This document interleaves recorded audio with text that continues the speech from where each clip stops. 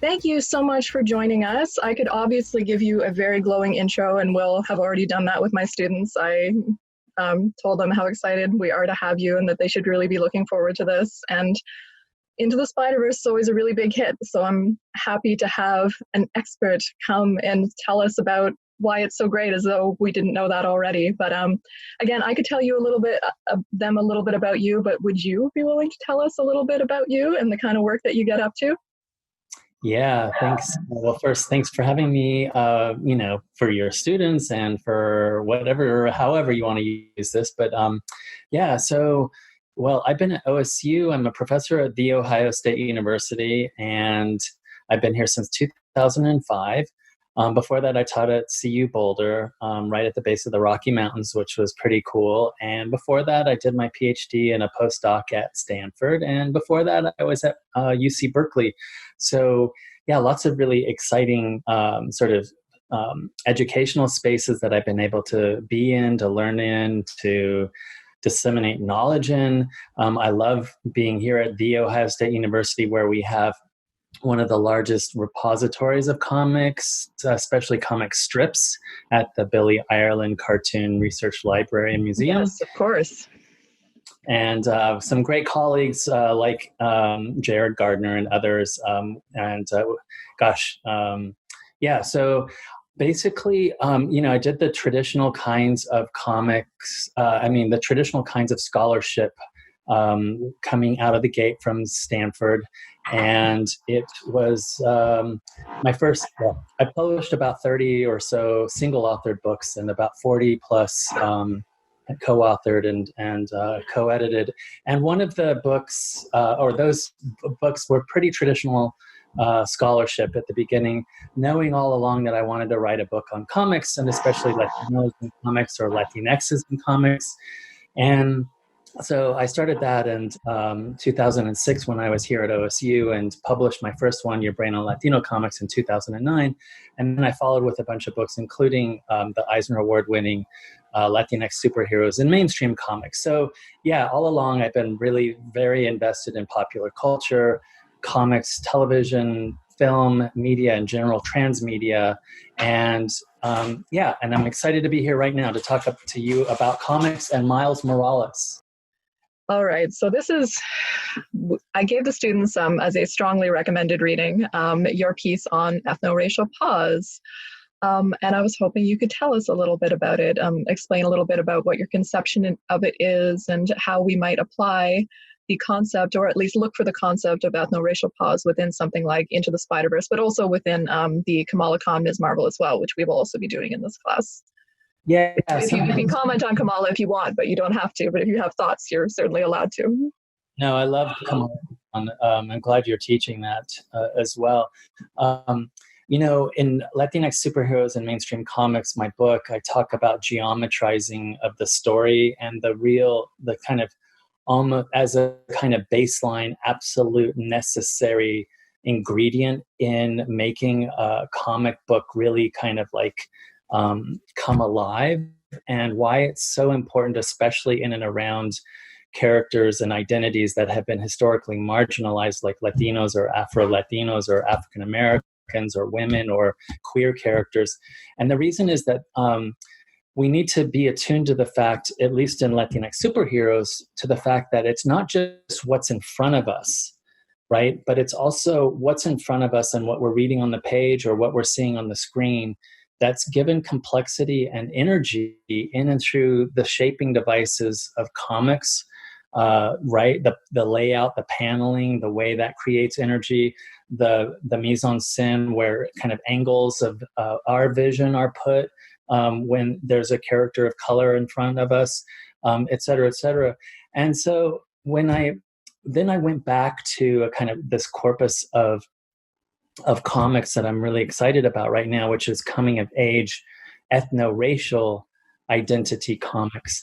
And I realized that there's something else as well that we need to attend to, which is how comics, and in the case of Into the Spider-Verse, I would say The Glitch, how they are built-in moments between the action sequences, between the big epic battles, where in fact the interaction between our hero, sort of Miles Morales in this case, uh, or Kamala Khan, look carefully at how they interact with the world around them, and also how that world around them is being represented.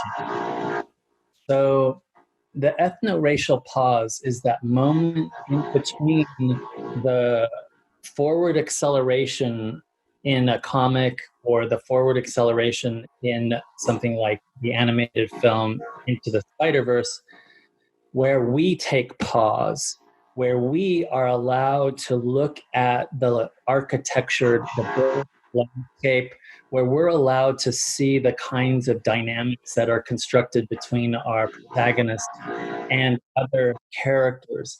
Why? Because after all, we are more than just kind of the energy that's created between panels or within panels or in the action sequences.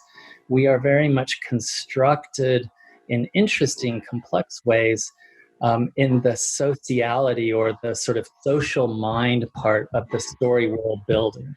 And the ethno-racial pause is getting kind of right the fact that landscapes are not static and kind of backdrops. Like in the past, we see like ethno-racial characters as figures in the backdrop just to maybe like make it look kind of cool and exotic, but no real interfacing with our protagonists. The ethno-racial pause, if done well, like we see with Miles, really shows an integration and a complexity and even tension between our protagonists and the environment.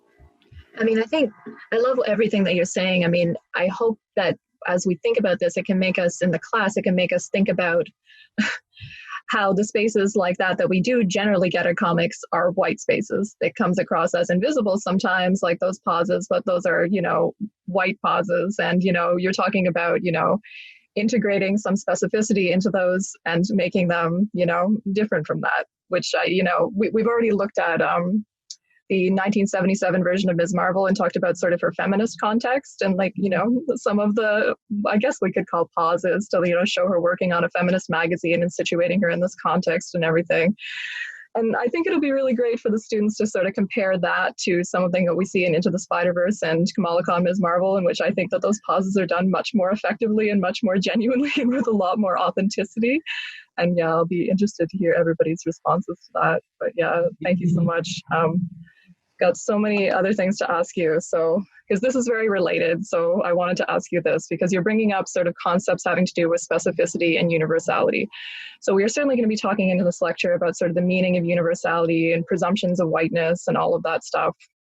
And I had them read Ron Wimberly's fascinating visual essay from the Nib called Lighten Up. That's going to be one of their required readings. So I wanted to ask you about, so comics have a long history of depicting racial caricatures, as we obviously both know, as well as flattening ethno-racial identities. So Wimberly highlights this in his Lighten Up piece, but we've also talked about it a little bit with X-Men comics and something like the mutant metaphor, which everybody can be a mutant, therefore everybody is the same amount of different. And that can be sort of positive and negative. It can be wonderful sort of for drawing affiliations between ethno-racial groups, between diverse sexualities, between diverse genders, and yet it can also have a tendency to flatten everything because, again, everybody is a mutant, so everybody's the same amount of different. How do you see Into the Spider-Verse sort of bucking these trends or sort of creating specificity within universalism, and then kind of, because what I think is so great about both Into the Spider-Verse and the Kamala Khan Ms. Marvel is that they are totally universal and perhaps arguably more universal, appealing to more people than something like our traditional white Spider-Man in terms of Kamala is an immigrant, she is a teenager, she is a woman, she is a Muslim, like she is all of these things. And that arguably could make her more identifiable rather than less, which goes against the quote unquote traditional logic of universality. That was like a non-question, but if you want to speak to any of that, feel free. I'm sure you can make something intelligent out of that. Yeah, Anna, thanks. So, for our students and for us, for that matter, let let's take the example, really quick example of like a William Faulkner, who is kind of now kind of upheld up there with like Shakespeare. We could also talk about Shakespeare, but the kind of wondrousness and, you know, their kind of longevity, their lasting quality is not that they appeal to a universal. It's actually the opposite.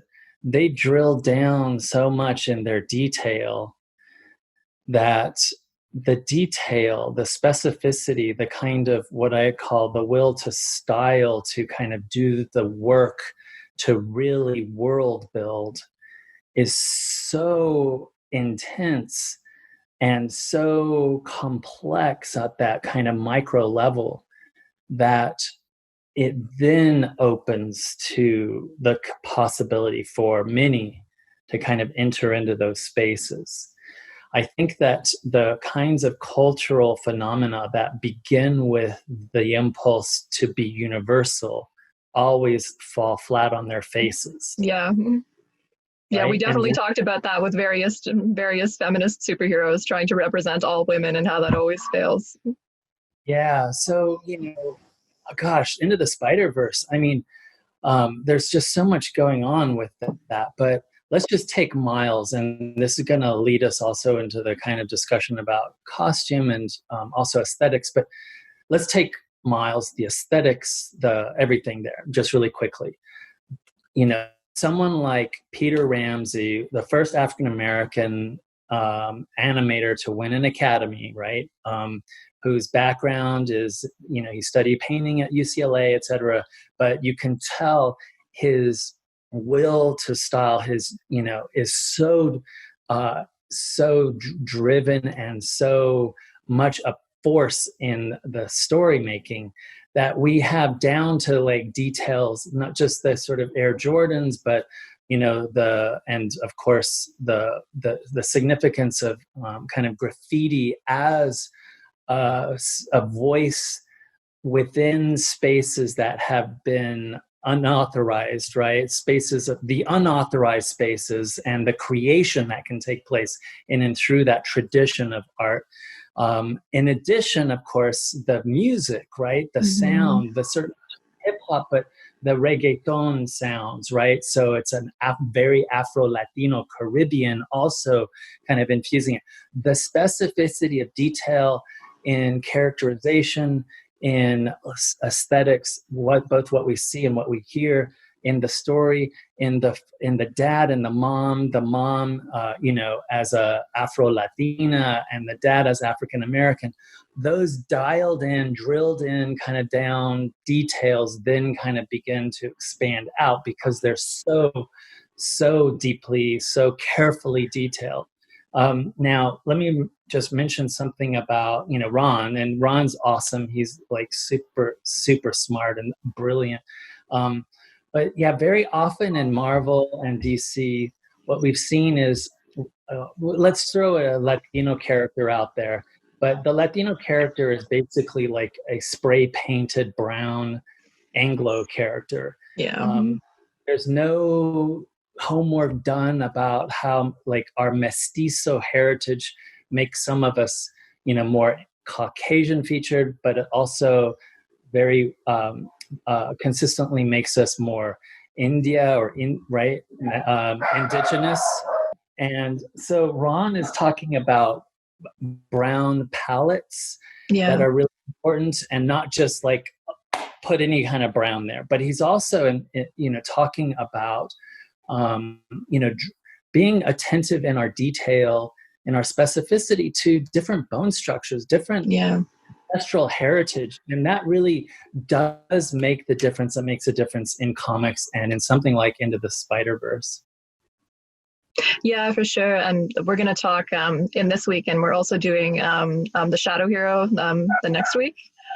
So we're going to talk a little bit about racial caricature there and sort of some of the revisions of racial caricature that happened in that graphic novel. Well, let's talk about some of these visual elements. Let's finally talk about costuming, because you brought it up a couple of times, and it's one of, I think, the sort of strongest things about sort of the visual conception of Miles is, this iconic sort of poster cover image here is such a great one in terms of the ways that he's customized the Spider-Man costume.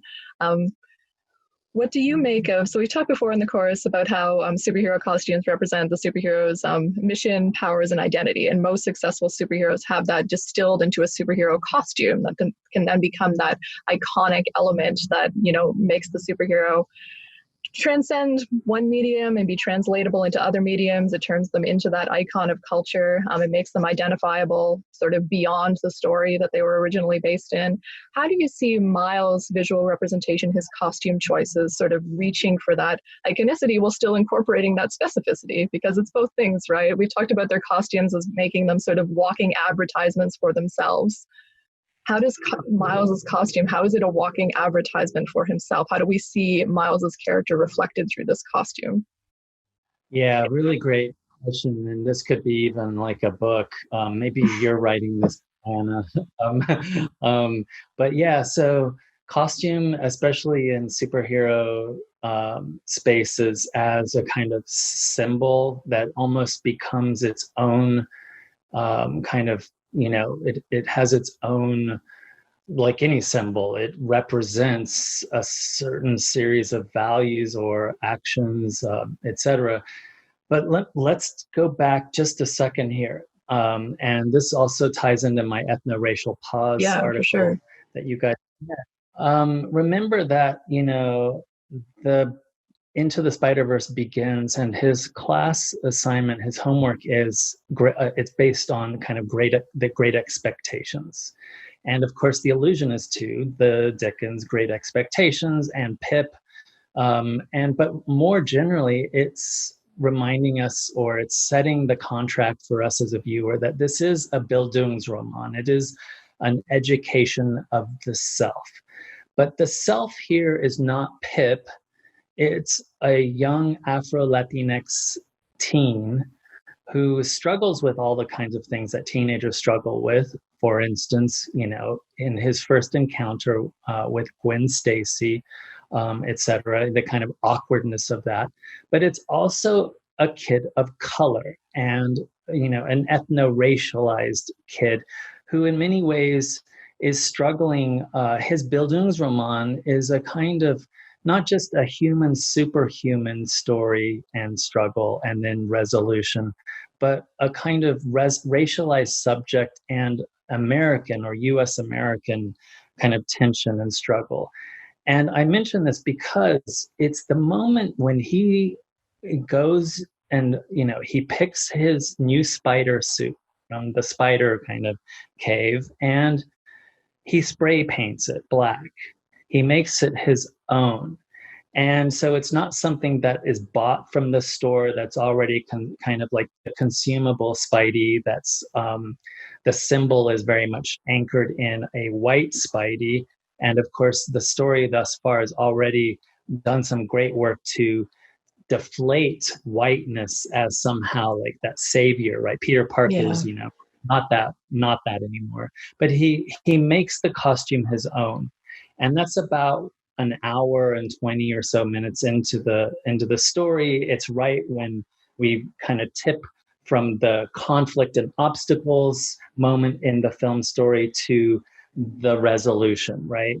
And this is super important because he's reclaiming the suit. He's making it his own. He's making the symbol his own. But by doing that and by using graffiti, his spray paint, and by making it black, what we're seeing here is also the moment of unity in what DuBois calls the kind of double consciousness, a moment of unification between me as an African American Latinx, Afro Latinx, and me as an American, and the kind of this unity moment, right? And then the force, the sort of super heroic force that he comes into right after, right? Yeah. Now, let's throw in some more here. It's like the best moment ever, right? Because he's wearing a hoodie, he's got his Air Jordans, right? And that's when he jumps off the building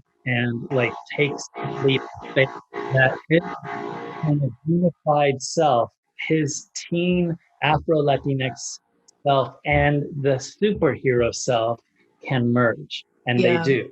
And God, like, what a better way, like a hoodie, these, like, all of this stuff. So it's not just the graffitied over and making own of the kind of blue Parker, right? Peter Parker canon stuff.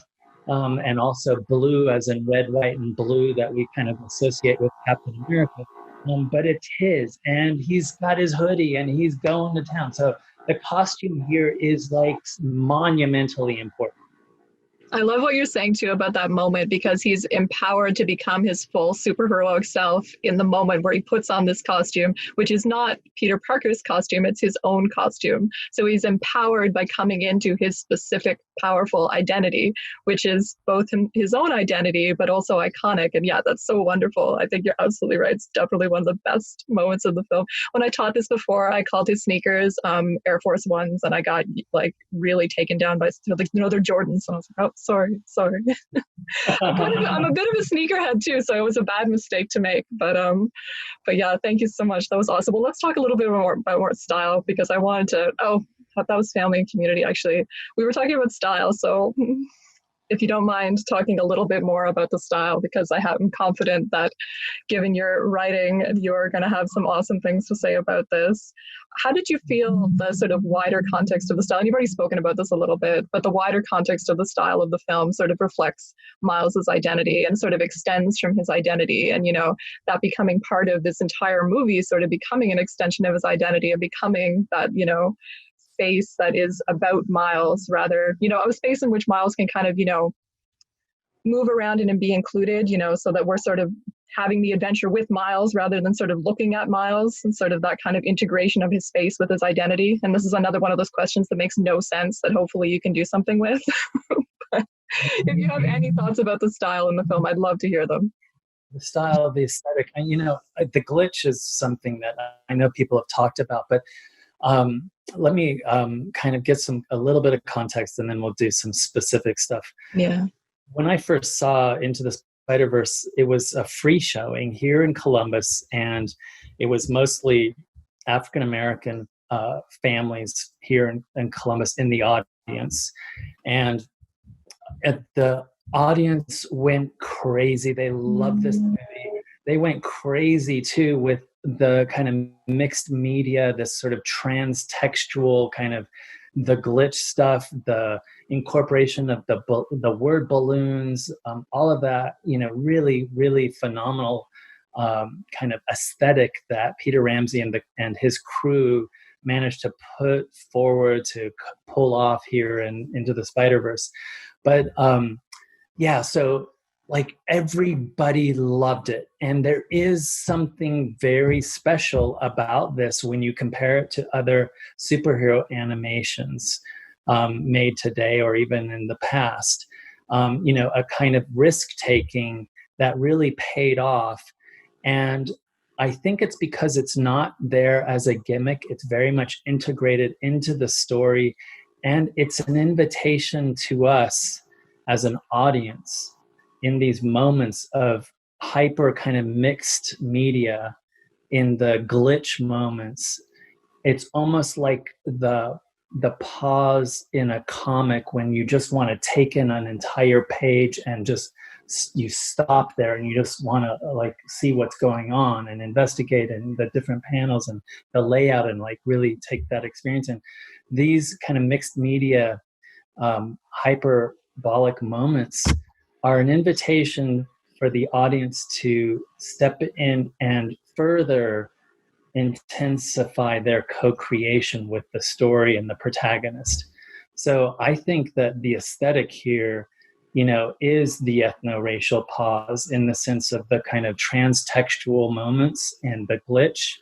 And it's also, in a way, we can kind of extrapolate from that a moment of emancipation for those voices and stories that have been traditionally relegated to the margins or erased. Ends from style. So we've been talking a lot about in the course relationships between superheroes and the city. When we looked at Golden Age comics, we talked about that as being sort of very fundamental to, Superman's introduced with he can run faster than a train, he can jump higher than a building, he's lifting a steel girder, the materials used to make buildings, and his interactions with villains in those early issues are largely urban, as are Batman's, as are Wonder Woman's when she comes from Paradise Island, and so many other superheroes in the 1960s, obviously the whole Marvel universe being located specifically in New York. So I wanted to ask you about Miles's interaction with urban geographies, since it is a big part of the film, and you've already brought up some of the stuff with graffiti culture. But does Miles experience the urban space differently in this film? Can we see that coming across? Yeah, for sure. Even the beginning, right, is so significant for us. It's really resetting the kind of patterns that we're used to seeing in mainstream media, where an urban geography or an urban sound like hip hop or reggaeton or whatever somehow signify a kind of ethno-racial identity, or worse, a kind of whiteness that is like empowered by that space, by that ethno-racial kind of identity or marker. And so the geography as subservient, or the ethno-racial geography as subservient to the usual white protagonist and their kind of, the catalyst and then the conflict and the resolution that they go through. And here it's resetting all that immediately, with Miles, the family, the kind of the father and the love of the father, and even the outspokenness of that love by the father. And we see this as they're driving Vision Academy in the morning, and you're very much driving through spaces that are ethno-racially marked, but in ways that are very varied, not Yeah. homogenized. Miles himself, when he's kind of encountering his peeps, his friends from the middle, very much like, these are my people, the kind of handshakes and the confidence, his confidence kind of in those spaces. So I think that, urban geography and the kind of interaction that Miles has with these ethno-racially kind of identified urban spaces, and his confidence in those spaces is really remarkable. And it's a kind of reboot and repatterning of what we're used to seeing as, the ethno-racial kind of urban space as dangerous, Yeah. othered, hypersexual, or even just something flattened into the background, right? Yeah. Yeah. I love the joy with which he kind of moves through space sort of throughout the movie. It's like one of the things that really like hooks you on the character right away. Um, okay. Let's talk about some criticism of it, because as much as we both love this movie, there are things we could say about it. So some critics have argued that the Miles Morales version of Spider-Man doesn't go far enough in terms of inclusivity, because he is only ever allowed to be an alternate Spider-Man and not the true Spider-Man. Even though he took over that mantle for a little while in the main universe, he's kind of back to being a secondary Spider-Man. Do you think that there's something to this? Should we be suspicious of this sort of gesture of inclusion? Or do you think, we can just have multiple Spider-Man and it doesn't matter and we don't have to rank them? It's really hard to, reincarnate an A-list superhero Yeah. as something else, as I mean, She-Hulk, Thor, etc. And part of it is just that, like, that baggage, tradition, etc., and resistance on the part of, like, those kind of Comicsgate toxic kind of white masculinist, readers, etc. What? Honestly, let them complain. Let whoever complain. This Into the Spider-Verse does so much, on its own terms. Who really cares? And in any case, it's the margins that continue, if we're going to call them those, that be the space that continue to be the spaces of real vitality for the kind of ethno-racial superheroes that we're seeing. So, something like CW's The Flash, some of the most interesting stuff about that in terms of ethno-racial superheroes and vibe is, Cisco Ramon, is the webisodes that were created in and around that show that are all about him and his sort of diary and like his voice and the kind of complexity. And that's the webisode as a kind of, a margin space if you compare it to the sort of the network show.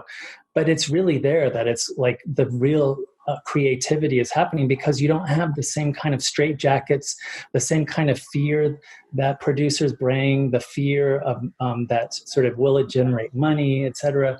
And so, yeah, let's look to these spaces as the real spaces, the vital force in comic book storytelling. Yeah, and I mean, Into the Spider-Verse is kind of a good example of the power of that too, in as much as way more people saw Into the Spider-Verse than read Spider-Man comics of any type. Therefore, I mean, at what point can we argue that he is the main Spider-Man in terms of popularity, if we're just looking at that?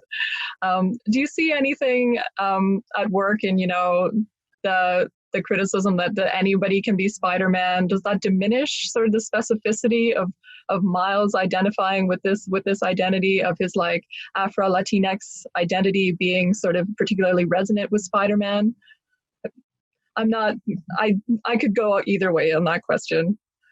Yeah, anybody can be Spider-Man. Anybody can be Spider-Man because of the kind of the way that character and any even straight up white like Spidey character or white Cap America, whatever, invites us to co-create and to imagine ourselves from whatever body and whatever skin color, whatever kind of ancestral cultural traditions that we bring into this world.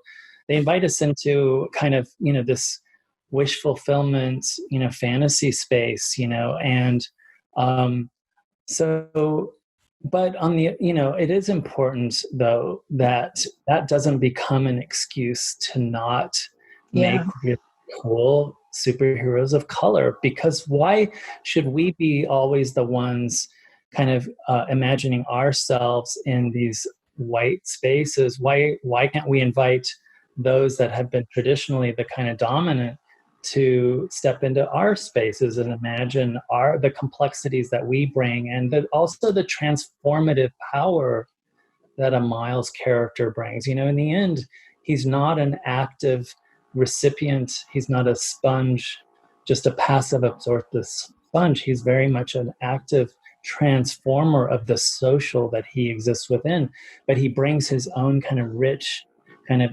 complexity of character as an Afro-Latinx. And why not have folks, do that work of stepping into that subject position?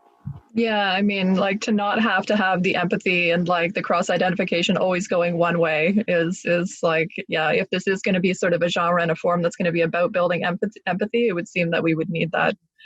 Finally, we've made it to this last slide of suggestions for further reading and viewing. You don't have to go through all of this. I will have it here for the students. I've read several of these, but you are so prolific, I can't keep up with everything. Is there anything you particularly like to shout out that's going on at the moment? Or? Yeah, sure. So my Adventures of Chupacabra Charlie, my first Adorable. kids, it drops in a couple of weeks. And I teamed up with a comic book creator, Chris Escobar, and I'm like, let's do a kid's book. And you're really good at monsters, but this little guy is going to be a vegan chupacabra, so no fangs, and go on this cool adventure and with his best pal Lupe, and they're going to kind of figure out a way in this really awesome kind of epic story to get across the wall, the Great Wall, and save the kids from the cages. And there's a pickle pear combustion engined lowrider Impala that flies. There's all sorts of really fun stuff, but it really brings the spirit of comic books into the space of kids lit, and it also brings the very strong sense that kids are really smart emotionally and cognitively, and it's okay to have something that's entertaining but that also tells them about something very serious that's happening in the world. So yeah, this is like, I love it. It's my sort of latest way of putting something into the world that will hopefully allow for that kind of transformative capacity that I was talking about earlier. That's awesome. Yeah, I know we have a few parents in the class too, so they will appreciate that for sure. I've kept you long enough, I think, so I will let you go. But thank you so much again for doing this. The students are going to love it. And I'm so happy to have your perspective on all of these things. And just, yeah, thank you again. Thanks, Anna.